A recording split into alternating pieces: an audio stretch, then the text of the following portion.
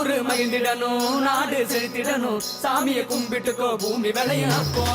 கோயில் குழந்தை தாத்தா பாருங்க, நான் ரெடி ஆயிட்டேன். திக்கு விஜயம் பார்க்க போலாமா?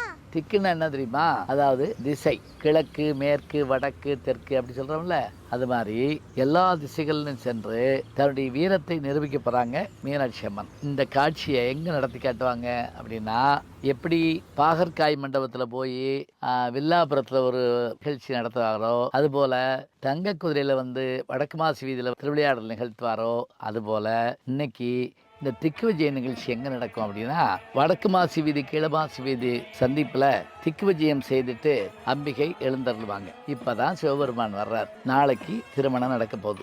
வா வீட்டுக்கு போயிட்டு வேகமா கிளம்பி வரணும். ஏன்னா காலையில 3:30க்கே வந்து உட்கார்ந்தா தான் நமக்கு இடம் கிடைக்கும் திருக்கல்யாணத்தை பார்க்கறதுக்காக. போலாமா இப்ப வீட்டுக்கு? வணக்கம். திங்கக்கிழமை பிறந்த உடனே நமக்கான அந்த உற்சாகத்தோடு நாளை தொடங்க போகிறோம்.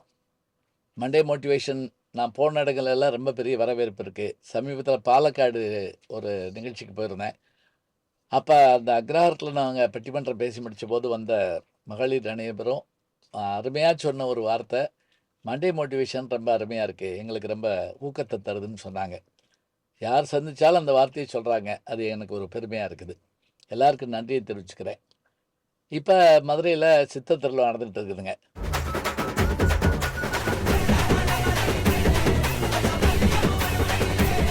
இன்றைக்கு என்ன திருநாள் அப்படின்னு பார்த்தீங்கன்னா, இன்றைக்கு எம்பெருமாட்டி மீனாட்சி, தடாதகை பிராட்டி, உமாதேவியார் திக்கு விஜயம் செய்கின்ற நாள். பாண்டிய குல பேரரசி, உலகத்தின் முதல் பெண்ணரசி மதுரையை. இப்போ பெண்களை சொல்கிற போது அவர்கள் ஆற்றல் உடையவர்கள் அப்படிமோ. நம்ம ஊரில் கூட சொல்லுவாங்க, சக்தி பெருசா சிவன் பெருசா அப்படின்னு ஒரு கேள்வி கேட்டால், சக்தி இருந்தால் செய்யி, இல்லைன்னா செவனேன்னு கிட அப்படிம்பாங்க. பாருங்க என்ன கேட்கவே நல்லா இருக்குன்னு. இந்த இடத்துல சக்திங்கிறது எனர்ஜி, ஆற்றல். உனக்கு ஆற்றல் இருந்தால் செய்ப்பா, இல்லைன்னா செவனேன்னு கிடக்கவா. இப்போ அந்த சக்தி எத்தகைய ஆற்றல் கொண்டவள், அதான் ரொம்ப முக்கியமானது. சக்தியை நம்ம பெண்களை எப்படி சொல்கிறோம் அப்படின்னா, பெண்கள் அழகானவர்கள், மென்மையானவர்கள், அன்பானவர்கள், இரக்க குணம் கொண்டவர்கள். பிச்சைக்கார வாசலில் வந்தால் கூட அம்மா தாயன்னு தான் கேட்குறானே தவிர வேற என்ன சொல்கிறான். இன்னும் அழகாக சொன்னால், சிறு தொண்டர் கதையில் குழந்தைய போய் உணவாக கேட்க போகிறப்ப பிராட்டி கூட போகலையா, இந்த இடத்துக்கெல்லாம் நான் வரமாட்டேன் அப்படின்ட்டாங்களாம். பிறகு அருள் செய்ய போகிறப்போ வர்றாங்க. ஏன்னா அப்போ எல்லாரும் உயிர் பெற்றுறாங்க இல்லையா. அதுபோல் கண்ணப்படாயினார அந்த தடுத்த கரம் கூட என்னன்னு பார்த்தீங்கன்னா, 2வது கண்ணை தோண்ட போகிறப்ப நில்லு கண்ணப்ப அப்படின்னு அந்த தடுத்த கரம் எதுன்னா எம்பெருமாட்டியினுடைய கரம் தான் அப்படின்னு இன்னைக்கு ஒரு நம்பிக்கை இருக்குங்க. என்ன சொல்கிறதா இருந்தால், சிவபெருமானை ஏன் பித்தன்கிறாங்க அப்படின்னா, கங்கை வந்து 3 முறை தான் பொறுப்பாளாம். ஆனால் எப்போ பிழை செஞ்சாலும் பொறுத்துக்கிறவ யாருன்னு கேட்டால் உமாதேவி ஆகி எம்பெருமாட்டி தானா. அந்த பெண்ணை வந்து நீ பாதியில் வச்சுக்கிட்டு 3 தடவை பொறுக்கிற பொண்ணை போய் தலையில் வச்சிருக்கியாப்பா, நீ யாரை தலையில் வச்சு கொண்டாடணும்? உமாதேவி எல்லாம் தலையில் வச்சு கொண்டாடணும். அப்போ நீ என்ன பித்தனாப்பா அப்படின்னு மகாவித்வான் மீனாசுந்தரம் பிள்ளை சொல்கிறாருன்னு பார்க்குறோம். இப்போ பெண்களுக்கான நிலை பாருங்க. நாடு தாய் நாடுமோ, நதிகள் யாவுமே பெண்ணின் பேரில் தான். சிந்து, கங்கை, கோதாவரி, யமுனை, காவிரி, கிருஷ்ணா, பாருங்களேன் எல்லாமே பெண்ணின் பேர் தான். நான் இது ஒரு மீட்டிங்கில் சொல்கிற போது கீழே இருந்த ஒரு பையன் கிருஷ்ணான்னா ஆம்பளை பேரில் அப்படின்ட்டான். எனக்கு உண்மையிலே கொஞ்சம் பயம் வந்துருச்சு, தப்பாக சொல்லிட்டோமோ அப்படின்னு. அப்புறம் வந்து ராகவையங்காருடைய உரையை தேடி எடுத்தேன் நான். அப்படி எடுக்கிறப்ப அந்த கிருஷ்ணங்கிற நதி வந்து கிருஷ்ணவேணிங்கிற நதி தான் கிருஷ்ணா அப்படின்னு வருதான். இப்போ நதிகள் பேரும் பெண்ணு தான். பூமியை வந்து பெண்ணுக்கு தான் நம்ம சொல்கிறோம். அவள் வந்து பொறுமைக்கு உரியவள் பெண் தான்ங்கிறோம். அழகானவள், மென்மையானவள், இரக்க குணம் கொண்டவள், எல்லாமே உடையவள் தாங்க பெண்ணு. அவட்ட இருக்கக்கூடிய ஆற்றல் வெளிப்படுறப்ப எப்படி வெளிப்படும் தெரியுமா? அவன் தான் சாதாரண ஆள் நினச்சிங்களா? இல்லை, அவன் யார் தெரியுமா?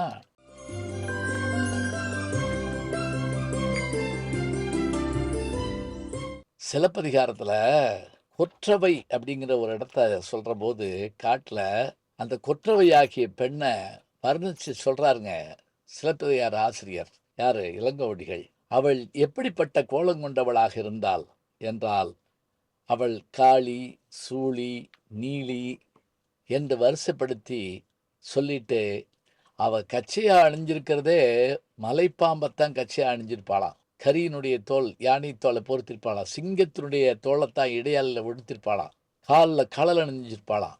கண்கள் நெருப்பு சிந்துமா. பவளவாய்ச்சி தவளவால் நகைச்சி நஞ்சுண்டு கருத்த கண்டி வெஞ்சினத்து அரவுணான் பூட்டி நெடுமலை வளைத்தோள் துளை எயிற்று உரக கச்சுடை முளைச்சி வலை உடை கையில் சூளம் ஏந்தி கரியின் உரிவை போர்த்து அணங்கு ஆகி அரியின் உரிவை மேகலை ஆட்டி சிலம்பும் களலும் புலம்படி சீரடி வலம்படு கொட்டத்து வாய் வாட்கொற்றவை இரண்டு பேர் உருவின் திரண்டதோள் அவுடன் தலைமிசை நின்ற தையல் பலர்தொழும் அமரி குமரி கவுரி சமரி சூளி நீலி மாலவர்க்கு இளங்கிளை ஐயை செய்வாள் வெய்யவல் தடக்கை பாய்களைப் பாவை பைந்தொடிப் பாவை ஆய்களைப் பாவை அருங்கலப் பாவை தமர்தொல வந்த குமரிக் கோலத்து அமரிளம் குமரியும் அருளினல்.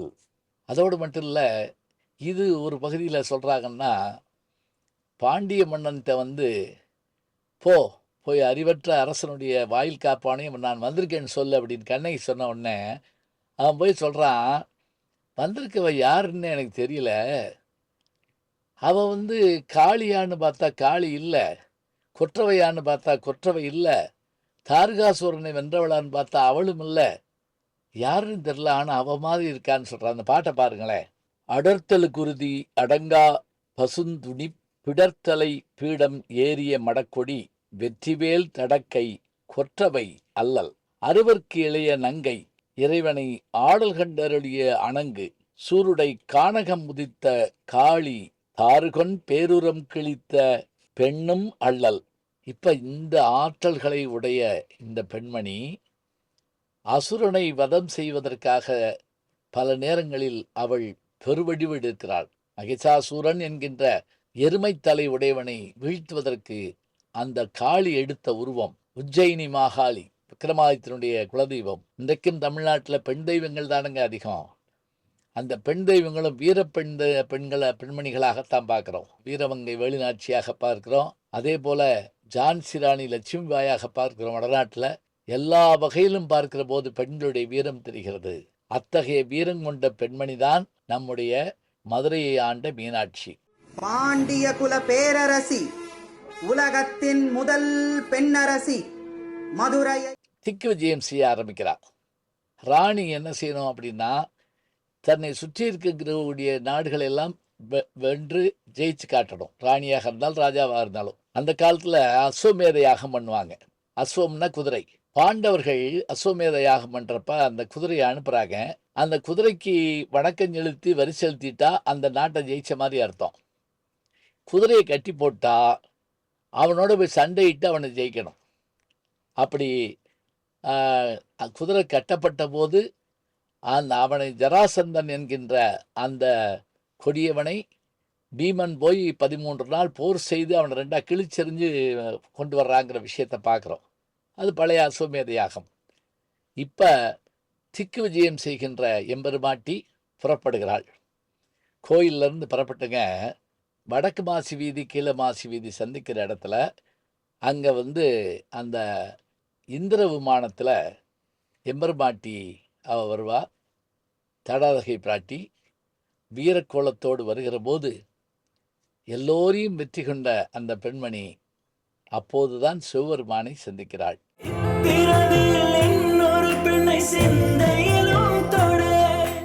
பிறக்கும் போது 3 தனங்களோடு பிறந்த அந்த பெண் சிவபெருமானை கண்டபோது நாணத்தால் தலை கவிழ்ந்தபோது அந்த 3வது தனம் மறைந்தது. அவனும் முக்கண்ணன். இந்த நிகழ்ச்சி இங்கே நிகழும். திக்விஜயத்தில் வெற்றி கண்ட அந்த பெண்மணி தன்னுடைய அழகால் சிவபெருமானையும் வெற்றி கொள்வாள்.